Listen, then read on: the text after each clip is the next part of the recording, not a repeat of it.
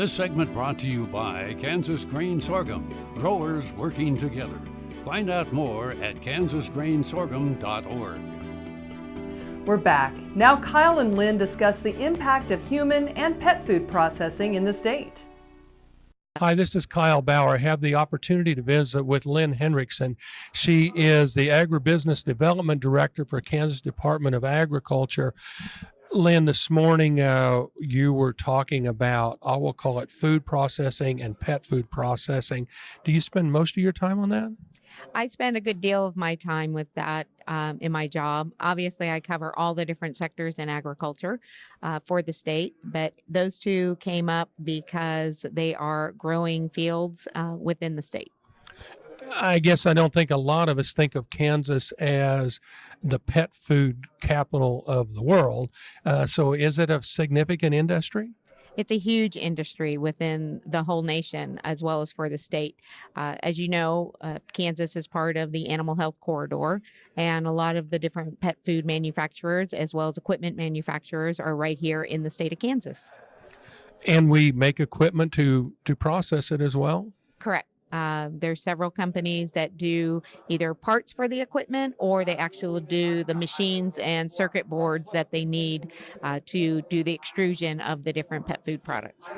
When we think about food processing in Kansas, for me, I think about obviously the meat packing plants that we have.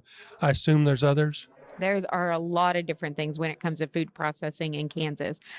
We have potato chips, candy, different types of jams, jellies, salsas, sauces. There's lots of different things that go on from a small scale to the large commercial scale. You know, we recently got a large candy manufacturer in Topeka, and then they expanded. That seemed interesting to me, that why they would come to Kansas. What do people look for? Why would they come to Kansas? A lot of people or companies come to the state of Kansas because we are business friendly. We have different incentive type packages for them. We also have a growing workforce. We know everyone struggles with workforce when it comes to an expansion project or even just trying to fill the jobs that they currently have in their facility. But because of Kansas, their people and the work ethic that they have, we usually are able to get those people into jobs. I'm surprised when I come through Topeka that I see two different places that they process potatoes. We maybe raise a few potatoes in the state, but we're really not known for that. Why would a potato manufacturer be in Kansas? Again, it's a business-friendly state, and so when they were established here, you know, we're right in the center of the country. So freight is at a minimum when we are bringing product in from, or the raw materials in from other states.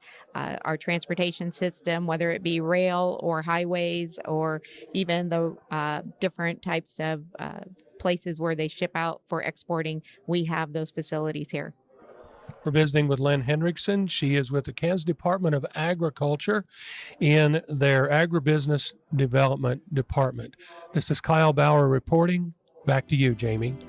Thanks, Kyle. Folks, stay tuned for this week's Kansas Farm Bureau update.